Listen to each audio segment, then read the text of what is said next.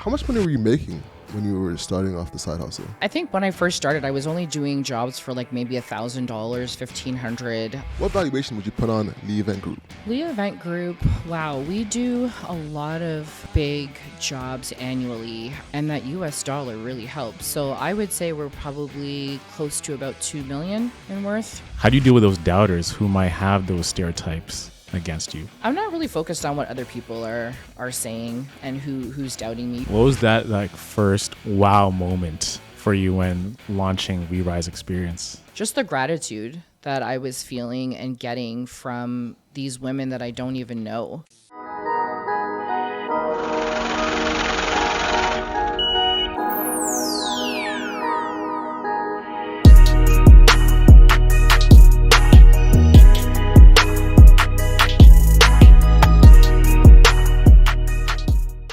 Hello and welcome to Toss Over Everything podcast. This is the podcast where you receive stories, tips, and tactics from entrepreneurs who have done it. I'm Alex. And I'm Ono Sinde. And today we have another treat for you. We got a banger loaded up over Listen, here, bro. yo, we've been coming hard for a few weeks. Oh, man, back to back. You know what I'm saying? Yeah. So we have the event specialist, you know what I'm saying? Someone who is carving their own lane in the city, not in the city, internationally, as one of the go-to event specialists nationwide, internationally. We have Treasa Leigh Brown. Event maestro. You know what I'm saying? Hold on. Let me put some sauce in, because she's the CEO of Leigh Event Group. She's the person behind We Rise Experience. Mm-hmm. How are you doing today? I'm doing great. How are you? Fantastic, yo. Honestly, there's a few things I want to talk about in this episode today, because you have an amazing journey. You know, you've conquered a lot. You've been through a lot. You know, researching for your episode, at first I was like, man, I want to learn about events. Mm-hmm. But then looking into you, seeing that you've survived cancer, you know, seeing that you were a teenage mom, seeing that, you know, you've built a team out and have so much experience being a professional. There's so much that we can talk about. So I'm really excited to talk about your story, because, you know, you've accomplished a lot and you have a lot of wisdom that comes with that, you know? So I want to start off in the early days, you know, talk to us about managing being a mom and going to college and university. Wow.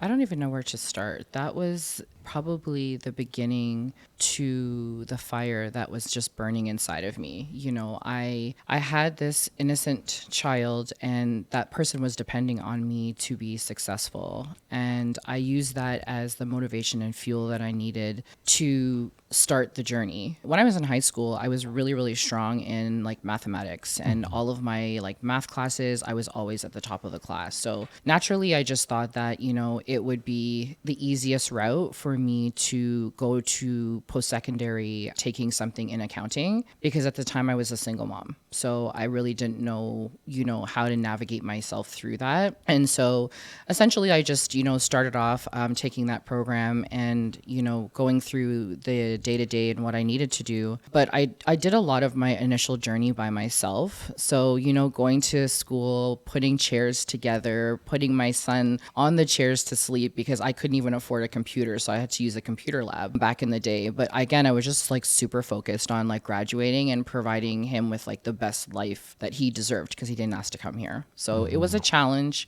but it was like the first hurdle I jumped in that marathon. How do you like rise to the occasion? You know, your back is against the wall and you've got to manage this like every single day, because this child is here forever. So how do you deal with that pressure day in, day out, knowing that I got to do this, I got to do that, and I have to do it at the highest degree possible because there's no room for error? I mean, I just motivated myself by looking at him. I stayed prayed up. Like I prayed a lot. I read my Bible a lot, and I leaned on the village that I had. So the support system, whether it was friends or family, even teachers, you know, and I guess that would kind of navigate me through that second hurdle, where I just learned the art of asking and really just being focused on that end goal and not having any pride to get to where I needed to go to. What lessons did you learn from that experience? Just to stay focused. And it doesn't matter the cards that you're dealt, you can still come up with a winning hand, I would say, for me, yeah. Are there moments you had doubt that you might not come up with a winning hand? Absolutely. There's plenty of times that I like cried myself to sleep or, didn't know where things were going to be in a couple of days or a couple of weeks. But I really just tried to keep a positive mindset and just continue to remind myself that my son was depending on me to be successful and whatever that success looked like. It doesn't necessarily have to be monetary, but just being able to provide that level of comfort that we deserved and just those necessities. Yeah. Shout out to moms, like you have a lot of pressure on you. You've got to do everything. I remember even just seeing my mom like growing up. There's something that I've always felt that moms have internally when they've got to do things and they've got to make it happen. There's like a certain superpower that, moms tap into that I don't even know where they get. I'm like, why isn't, dad, like, look at what she's doing. Like, why don't you have this superpower? Like you can juggle so many plates at once, and it's super admirable just being a child and seeing your mom do that. It makes you want to work hard. It makes you want to go after it and all these different things that come with it. So no, toast to you for doing all you can do at the time, and look at where you're at now, right? So thank you. Killing Thank you. Thank you so much. Yes. So let's fast forward a bit. From doing the research, you started, your event company while maintaining a full-time job. Yes, I did. Walk us through that, like trying to balance the side hustle with the main hustle. How was that experience for you? So the main hustle was the goal for the longest time, right? I started off kind of in a junior position in accounting, and I'm really aggressive and I'm very determined. It's kind of my personality. So I moved up the ladder relatively quickly in my main hustle, and I ended up getting to the point of being a VP of the company that I was working for. They exposed me to, the art of event planning, and I didn't think that I would love it. I just was very organized and had the ability to multitask, and I took that on. But at the end of the day, I was diagnosed with thyroid cancer. And while I was recovering, I really made the decision to really drive energy into my side hustle. So just to take a step back, when I was working my main job, I was doing like sales conferences and like birthday parties or like internal, events for them. And that's kind of where things grew for me. And then, I decided that I wanted to create this, I guess, intro to the second hustle into like a career. When I was diagnosed and I was in the hospital, I just remember telling myself that I just wasn't fulfilled. I wasn't happy with, the way that I was going with my, let's call it 9 to 5. And I just decided that I wasn't going back to work. I was going to run with, Leigh Event Group on a full-time basis. And I'm just going to take a risk. I had no plan, no business plan, literally had no savings. We had just bought a house, and I had to look at my husband and say like, hey, guess what? I'm not going back to the 6-figure job that I was working. I know that I only started this part-time, but I'm going to run with it. And he backed me, and literally that's what I did. Once I recovered from my cancer, I just drove all my energy into Leigh Event Group. Wow. That's insane. Wow. That's a lot. That's insane. That's a lot. First off, shout out to you, man. Shout out to Kev in the back. Hubby in the back. Shout out to you for being like such a support, and shout out to you for making it through and making that decision as well. All right, so break down the confidence. Like, where did that confidence originate from? Because you can have imposter syndrome during that time period where you're just healing from cancer and you're like, all right, now I want to take this full time. Where did that confidence come from? Where did you know that this was your talent? I would say that I was getting a lot of feedback from like those few jobs that I was doing. So at the time of the transition, or let's call it breakup from my main hustle to Leigh Event Group going full time, I had started to dabble in like public work. So events that were outside of my company that I was working for. And a lot of people were like, you're a natural at this and you really should run with it. And I feel like the confidence came because I was able to use some of my transferable skills into my, full-time career or new career. And with a combination of just what people were saying, I feel like it was just an organic move for me. Yeah. And I think all of those facets really gave me the confidence that I needed. And then of course the icing on the cake is having the support from like your spouse and your immediate family, because it is a huge ask. Right. But once they kind of give you that seal of approval, you feel like you are unstoppable and you're able to do what you need to do. Amazing. Like, it must take like a lot, as Alex said, a lot of confidence. Were you thinking about one day going full time into entrepreneurship, even though you came into this amazing cushy job, you're making good money, and then leaving that? Was being a full-time entrepreneur like one of your early dreams that you had even before getting the job that you had at the time? Absolutely not. I don't come from a family of entrepreneurs. I come from a family that has really just instilled great values, but they have really said, you have to follow that traditional sense. You go to school, you get a great job, you make as much money as you can, you buy a house, you get married, you're successful. But I think God had his own plan for me, and introducing me to events through that traditional job that I was in was probably the best thing that could have happened to me. So no, it was something that I never ever considered as an option, and it's not something that's even in my immediate circle at that time. Yeah, when you think about event planners and event organizers, or someone who's taking an idea and putting it into a reality, what did you feel like was your greatest strength from like a creative standpoint? Like, what did you say, I as Treasa, this is going to be my special sauce when I do an event for anybody? I think I have a few, but I think the most important for me probably would be having a very eclectic insert into the events that I do. So what I mean by that is in terms of like giving people a very lavish event, but not necessarily breaking the bank. I feel like, that money and, sense is always in the back of my head because that's what I have by education. So I'm always up for the challenge to curate these, magnificent events, but not necessarily have that equate to what you would think is going to be something relatively expensive. So mixing, a few pieces or a few things that are relatively expensive, but at a very cost effective price point. I think another thing too was really at that time when I had started Leigh Event Group, there wasn't anyone that looked like me in the industry. So that was another driving force for me, was to really provide these events and curating something as exceptional as other communities were, but giving it to my community as well, and keeping in the mindset that our community doesn't necessarily have access to certain things or certain understandings or certain financials that maybe other communities do, and not allowing them to feel that they are not deserving because they don't necessarily have those accessibility points in in our community. So how much money were you making when you were starting off the side hustle? Like, what was the average event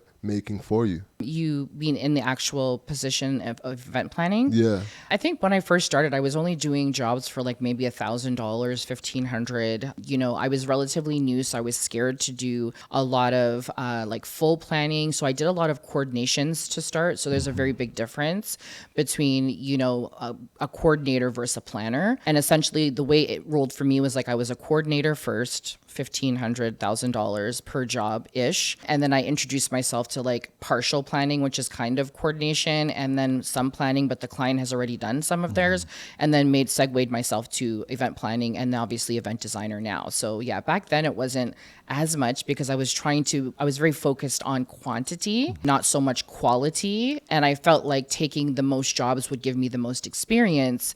But in retrospect, that wasn't a good idea at all. Was it like a lot of burnout or something? I was extremely burned out, but I was working so much that I wasn't absorbing things. So I wasn't really getting the understanding of like what I was doing well versus what I was doing wrong, because I was just on to the next job. So, I was afforded the opportunity to do a lot of events quantity wise at the beginning, and I still am, but it just wasn't the best form or introduction into the actual industry itself. And if someone were to be starting like right now, would you advise them to be taking that path towards learning and becoming like a master event extraordinaire? Like, would you tell them to do that path, or is there like a shorter path now that you have the experience from where you're at now looking back? I think things have evolved, since I started. And I mean, if someone is doing it now, which I, currently do as mentor, is I would recommend that anyone that's new get a mentor. There's different facets of mentorship in the event world, but definitely intern,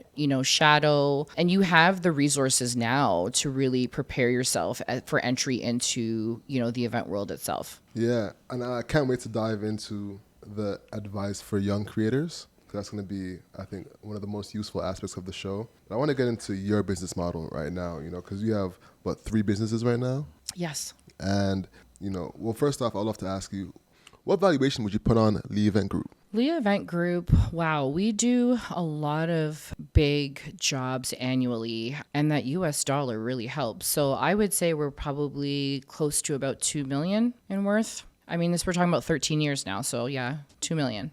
Let's talk about the events to start, right? What's the usual business model? For event planners, essentially, our business model, I think business models vary. For me, we do planning, management, and design. So that has opened up a lot of revenue streams for us. We're not just doing event planning. So I think from an event planning perspective, really, we just are really kind of like focused on the core aspects of bringing social, corporate, and weddings together. Right now, my business represents about a 60-40. So we're about 40% weddings, 60% corporate. And then design makes up another portion of that. So I guess that's kind of like a high level overview in terms of the model itself. Hey guys, thank you so much for watching the show. We have some amazing merch live on our website right now. My personal favorite is the definition tee. You can go find it in the link below. And if you don't like that, you can explore some other products on our website. All right, so you were telling us about ghost designing, which is something I've never heard of before. Could you tell us about that?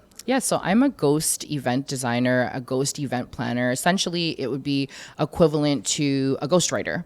So, companies will pay us or subcontract us to put on their events. So we do events for TIFF, Art Basel, New York Fashion Week, Pre-Grammy Week, etc. And often PR agencies will just contract us. They will sell the service of event planning, but they don't have an in-house event planner or event designer or event manager, depending on what they're looking for. And then what that does for us is they will just subcontract us under their brand. Of course, there's lots of documents to sign, a lot of NDAs to sign, but essentially we're producing the event, we're getting, our check. And at the end of the day, that we do a lot of. So for our 60% of our business that is corporate, I would say about 40 to 45% of the 60% of the corporate is ghost. How do you balance the feeling of like maybe not getting credit? Because if I'm like putting these events and like, damn, like I really bodied that event for you. I'm like, I did that. That's me. How do you look back and like, man, I want some credit. I want people to know who Treasa is, that my name is behind it, but you're just getting the money. Do you sometimes struggle with maybe not getting credit for the things that you're doing for others that turn out way better than you expected? And, how do you process that internally with your team? Well, I'll just start with the second question first. So internally with my team, there's a lot of documents that they need to sign to work for me. I do a very extensive background check. So I'm not posting a job, post on Kijiji or just hiring somebody for the moment. Essentially, I have an internal syllabus that I have created, and I take them through a 4 to 6 month internal training process. Wow. And they work with myself or one of the other leaders on the team. And we do that for a few reasons. One, to just see if what they're saying on resume is factual. We're also using it to see what their strengths and weaknesses are. We're also using it to see if they are placed in the right aspect of the business, because they might have applied for an event planning role, but then after the 4 to 6 months training, I realized that they're stronger for event design. I know I'm elaborating a little bit more here, but in terms of like some of the girls on my team, some of the girls that we have determined they can sketch, or they have access to like doing rendering. So I'm like, why did you apply for an event planning role? Your strengths lie somewhere else. So we kind of do that. And then at the end of that, there's like a whole program and questionnaire and things that we do internally. But that to be said, they have to sign a series of documents. So they're aware from the very beginning what the expectation is and what, could potentially happen. You might be doing more than a wedding. You might be doing more than just a social event. And this is what you have to be, you're signing up for. They're prepared to also understand that some of the events we do, we take their phones, or they just don't have access to their phones. And they know that it's a breach of their employment contract with me if they're ever caught doing any of that. So, all of my internal documents are handled by my legal team. So they're aware. I can't run that risk. In terms of the first part of your question, it doesn't bother me anymore because I'm already past that whole ideology of being focused on accolades. Or you need credit for it. Yeah, I'm seasoned. I'm good at what I do, and if you know what I do, I'm good at it. So, and that speaks to the business itself, and it speaks to the clients that we represent. So I'm at a different stage. I'm a lot more focused on just having multiple revenue streams and trying to grow the business from what it was, even 12, 13 years ago. So, not having accessibility to photos and videos or the content that I may need, it's fine. There's always some level of compromise to some extent when I am signing as a ghost, but I just can't publicly post things. But in my media kit or my press kit, there are references to, some of these exquisite events that we've done. Yeah, that's a ruthless 6-month process. And I'm curious, do people ever get past the 6 month, compared to, okay, they made it through, to the people who started and then didn't make it through?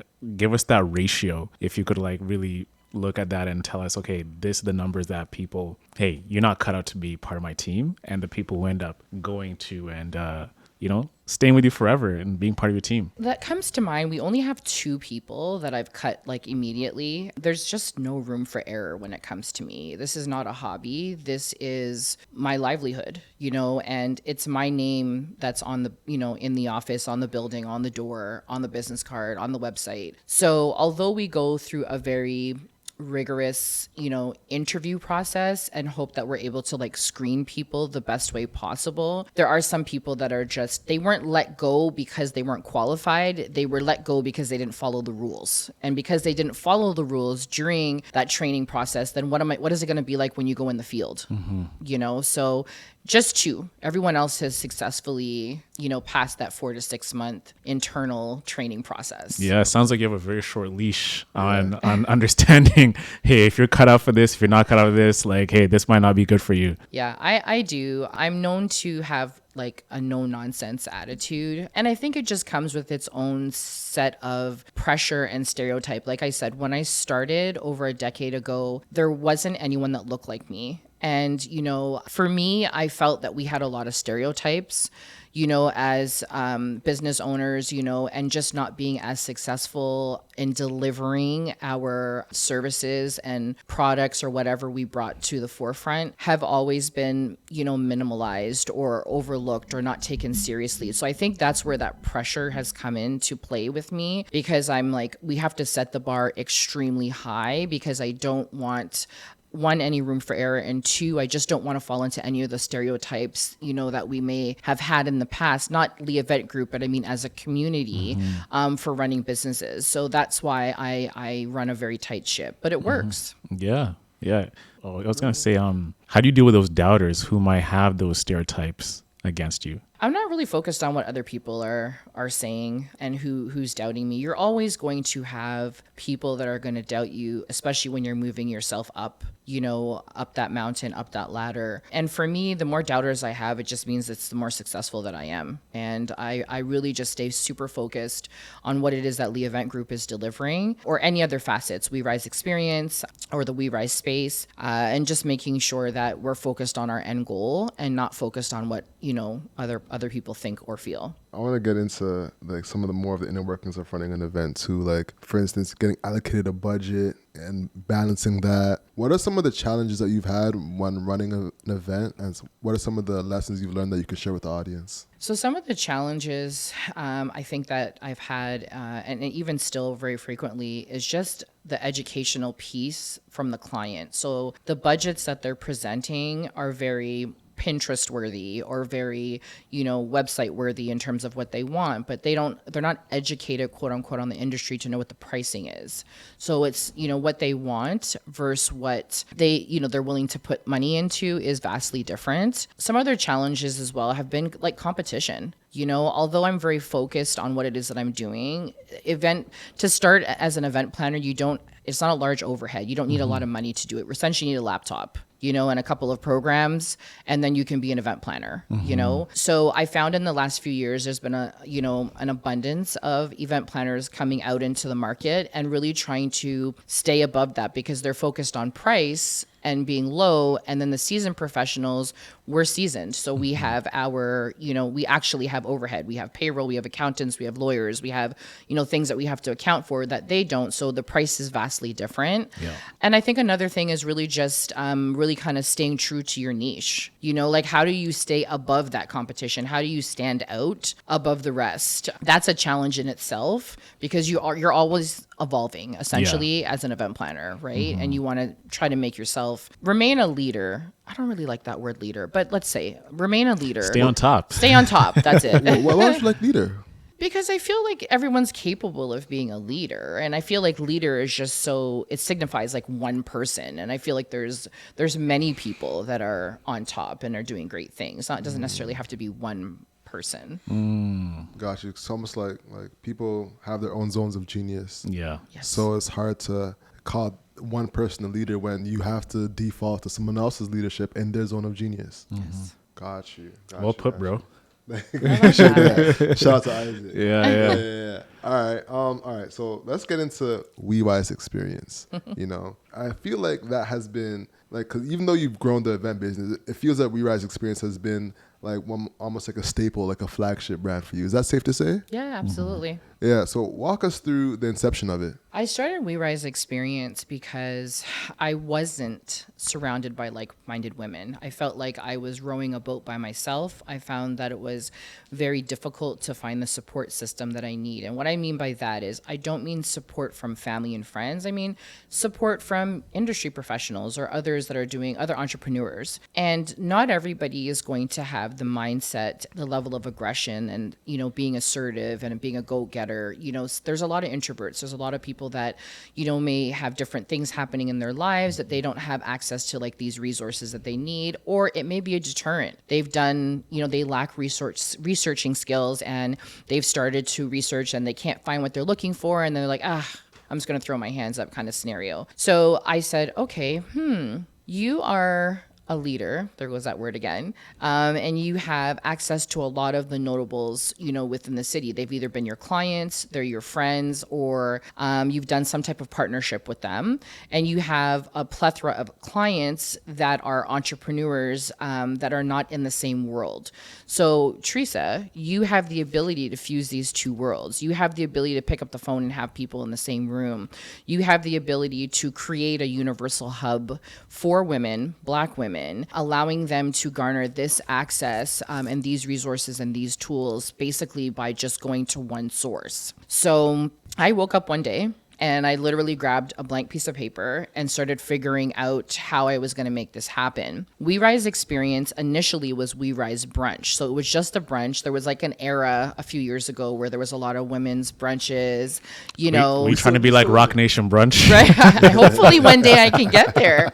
WeRise Brunch is going to be competing Right? for some foot traffic. People said, "Did you get into the WeRise WeRise Brunch? Right. And so I started it with the whole ideology, just bringing women together and allowing them to have a safe space to just, garner the knowledge that they needed, make connections with these two worlds that I was referencing, and just allowing for even just one day feel like they were deserving of this space and of this community. And I had done a poll maybe about 2 weeks before the first WeRise, and I received like 95% of people saying, you cannot stop this. You have to keep it going. So I was like, I was just going to do it like the one time. I'm super busy. I don't have the time and energy to drive into, WeRise at the time brunch. Anyways, I did some more brainstorming. I decided that I was going to rename it to WeRise Experience because that's what everyone had referenced post WeRise,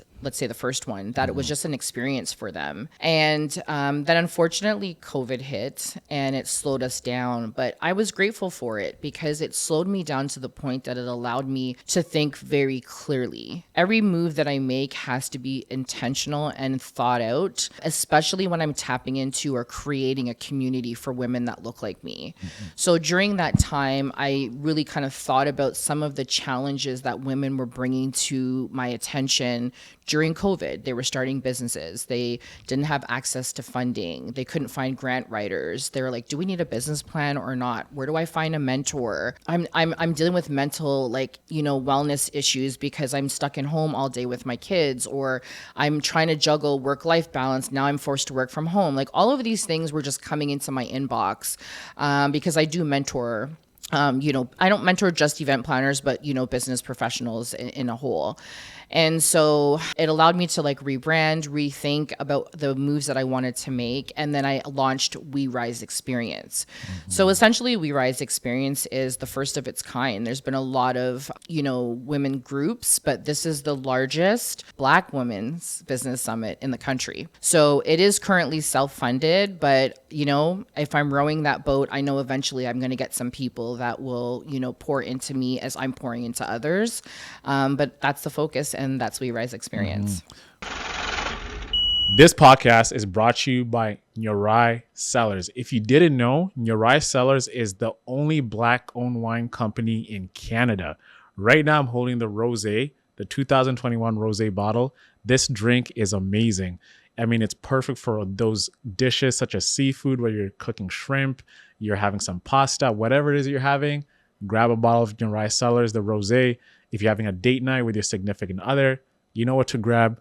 Grab the Nyorai. Whatever it is, grab the Nyorai. I mean, you will not go wrong with this wine. It's perfect for everybody. If you've never drank wine, this is a great bottle for you.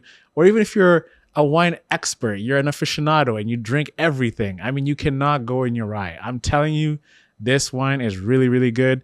And even though I'm boosting it this hard, is because I really love drinking it. And I'm someone who loves to drink wine. So whatever it is, whatever the special occasion, check out Nyorai. They have Sauvignon Blancs, they have Rieslings. I'm holding the Rosé right now. They have a wide variety of different collections of different wines you can choose from. Make sure to check them out. The link is going to be in the description. Check them out. Order a crate for yourself, or you can send a gift to someone that you want to gift some wine to.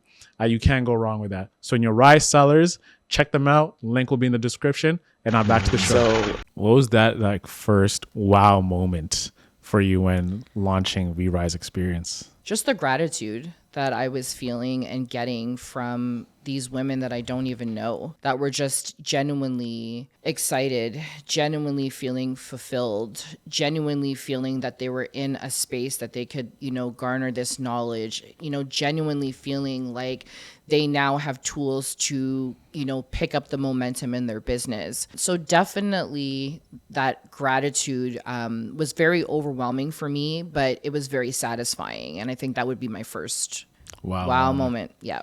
You know what's interesting? It's almost like your life changes when you're faced with adversity. Like when you got cancer, that's when you decided, all right, I'm going to go into event groups and have an event business. Then when COVID hits, you start We Rise Experience, and then you move into that. It's almost like when you hit with adversity, you kind of just say, all right. You rise to the occasion. No pun intended. Oh, I never thought of it like that, but that's, I really never considered that, but that's a really good point. Because they both kind of sat you down the same kind of way. There's kind of a lot of parallels there, no? Mm-hmm. Yeah, man. I just had to say that. It's on my mind. Thank you. Yeah. So with We Rise Experience, you go from a brunch to like a summit, a conference, yes, right? There's so much that has to happen to bring it to that level, right? Let's talk about that, because there's a big jump that happens, right? And I think there's a lot of lessons in that. So walk us through that process. For instance, how much was a brunch to start with, and how much was the experience? So I think initially for the brunch, we were charging $100. Yep. $100 for general admission, awesome. And I think $150 or $175 for VIP. Yeah. Okay. And then the experience, because COVID hit, and again, going back to my number sense, I didn't want to come out of the gate being astronomically expensive. So I knew that if I had to take an L, I would, because I'm giving back to a worthy cause. So essentially, I think this year for 2023, we were $200, $250 for general admission, and $400 for VIP, something like that. Mm-hmm. Dope. And is that the only business model of just straight ticket sales, or is there other ones like sponsors, things of that nature? So there's different facets. I mean, I do have in-kind sponsors. I did have some other small business sponsorship by monetary that stepped up to the plate and, offered, a small amount to contribute to different aspects of the business. We did introduce merchandise this year, but I gave that away to the VIPs. I just wanted to kind of dabble and see what the feedback would be before I reintroduced it into the community and even into the next summit. That's the extent of it right now, other than obviously some affiliate marketing, some social media marketing, etc. But next year we are like really pulling out the big guns. So we've started selling tickets already, and no one knows the date. They don't know the location. I'm in the pre-sale form, and we're 62% sold out already. Wow. I have no VIP tickets left. Wow. So it's just general admission that I would be opening it up to the public. Wow. Everyone wants to be a VIP. Everybody wants to VIP. Well, the VIP for me is very intimate. Yeah. Because I create a very elevated experience for the VIPs. So I usually cap that at around 50 people-ish. And then the general admission, obviously there's more that goes into that. I think a great thing to do would be like maybe even make different tiers of the VIP, right? So it's like, hey, like, okay, this is VIP level 1. You can do this, 2, 3, and 4. So everyone still gets that VIP experience. But there's just like different trigger points. Like, okay, you pay more to access this, maybe just not one track. Just something I'm thinking about, like when you're talking about VIP and it's only 50 available. What do you think about that? I think it's going to be really hard to manage. Yeah. It becomes a huge undertaking from an operational and logistics perspective. I do want to say that WeRise experience is an elevated experience. So even the general admission, they are getting far more than any other summit that I've seen in the country. So given the fact that I'm an event planner, I'm very focused on that experience and customer satisfaction. So I think a lot of quote unquote my summit competition, because I have to do market research, right, to make sure that I'm staying competitive and valuable. I think a lot of my competitors, quote unquote, probably just have like a light lunch or a buffet lunch and maybe some tea and coffee all day. They get a couple of speakers and they might get a swag bag if they get a swag bag. For WeRise experience, we're serving breakfast, lunch, and we have a full like late night buffet. Plus you're getting headlining speakers, celebrity headlining speakers that we're flying in from the US. And we're featuring the top, let's say entrepreneurs in the city. Plus they're getting gift boxes, plus they're getting candles, plus they're getting swag bags. You're like Oprah at this point. You're like, you get a That's bag, what someone said. you get a car, you get whatever. That's what someone said this year to me. I'm like, definitely not Oprah, but yeah, hopefully one day. But yeah, so it's very, very impactful and everything is strategically done from a design perspective. Yeah. So great suggestion, but I just don't think it would work logistically.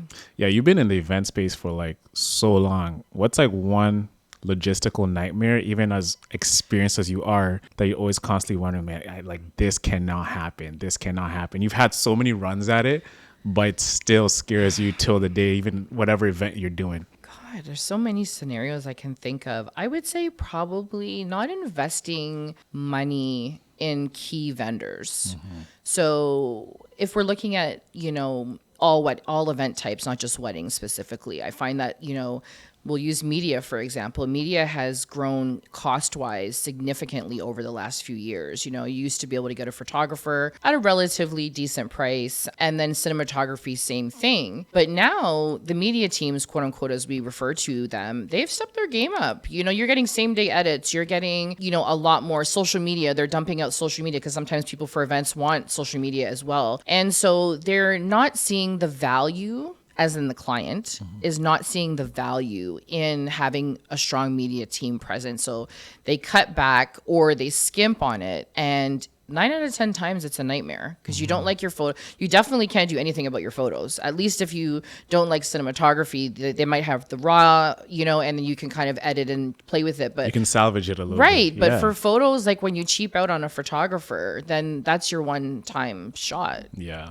So there's a lot of stories I can give you, but I would say that would probably be is just the fact that clients don't see. And again, it goes back to the educational piece, right? They're not aware of what the costs are in the industry. So they just said, that costs $3,000. That's too much money. Not seeing that $3,000 is actually low for a photographer. That's not even expensive. Yeah. What about external variables that might happen, right? Because you can plan for an event. You're like, okay, this is going to be a hit. But there's also some leakage there that you got to account for. Like this could happen. So what's your process of setting up contingency plans when you're launching something for Friday? If it doesn't work, okay, we have this as a backup plan or something like that. Good question. I think it just depends on the event specifically. We have to have a plan B in place or a contingency in place for certain things. Example, if somebody's doing an outdoor event, and if we use a tent as an example, sometimes people will just get a canopy, not a tent. There's a big difference between the two. They don't have sides, they don't have flooring, they don't have fans. Like there's just so many other things to consider. So often what we will do, because we're so seasoned, is we often have our own vendor accounts. So what we will do, or myself or someone on the team will do, is arrange to have that on standby. So in the event that we need it, it goes onto our account. We can recoup the money from the client after. But at the end of the day, we have the plan B. So if we have to pull the trigger a couple days before, we can let them know. Sometimes we don't have a couple of days. Sometimes, clients may not have the budget to give us back that contingency, and it's like it's pouring rain and you have an outdoor event. What do we do? At that point, we just have to work a miracle and try to figure it out. But I think it starts with the inception of the planning process and really just identifying what the client wants, what's their must-haves, what's their negotiables, and really guiding them in the right direction so that we don't, if at most point, don't have to rely on a plan B. Yeah. I'm going to ask you to keep it a buck with me. Keep it a buck. Mm-hmm. What was one of your horror stories where like, I cannot believe this is happening? It's like a fire festival. Listen, it's right there. I know it's right there in your head. Tell us right now.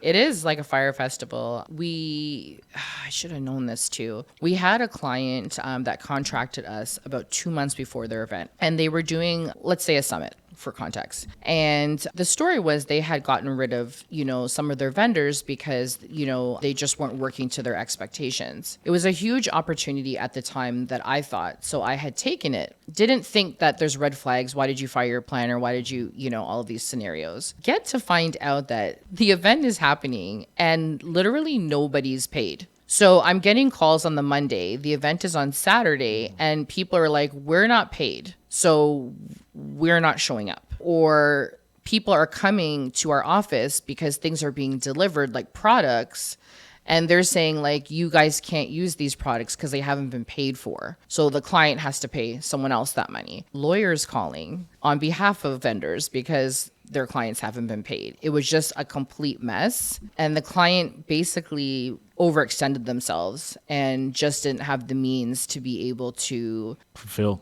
Correct.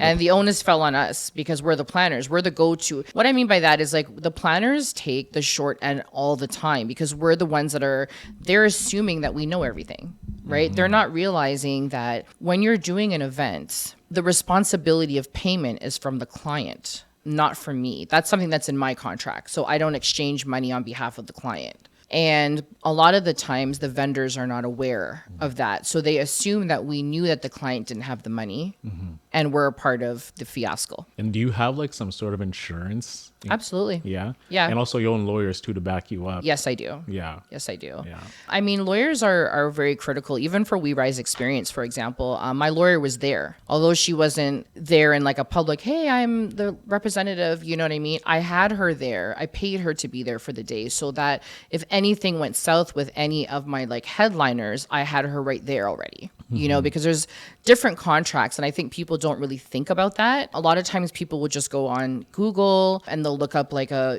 photography or event planner or just like a template. And when you become very seasoned and you start dealing with like corporations and celebrities, whether they're A, B, C, or D list celebrities, you really have to take a different look at the documents that you have and what you're providing because those templates are just not going to do it.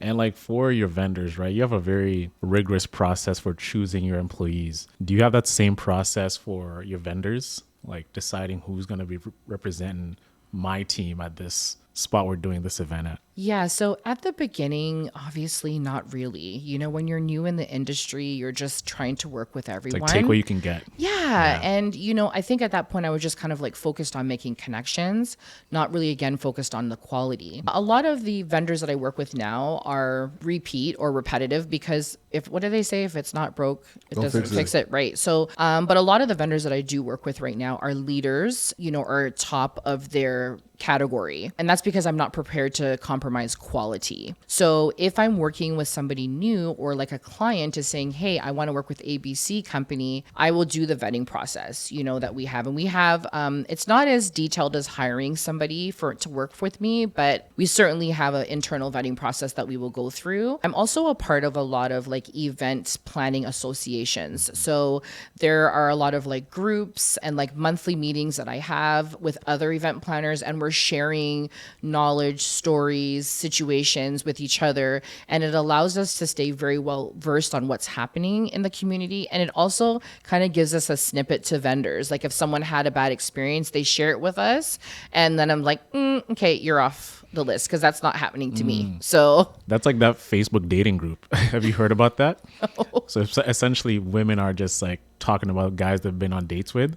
It's like, I went on a date with this guy. He does this, he does that. Don't go out with him. So you can be like on a dating, let's say, app, but you might be getting exposed secretly to thousands of people and you don't even know about it. But I just thought I should just mention that because it kind of sounded similar. I know it has nothing to do with events, but that just a sounds spur. pretty interesting though. No, yeah. Just a spur of the moment. That's okay. Nah, I feel you. Now people came and up to me too. Like I was in the work and it's like, have you heard of this dating group thing? Yeah. Yeah, it's a whole thing. Thank God It's I'm a not fiasco dating. out here. It's good you're married, Right, that's what I was It's saying. a wild, wild west out here, Treasa. I'm telling you. Oh my goodness. Yeah. Thank God. Yes. Sorry guys if you're single, but Well, It's interesting. it's interesting.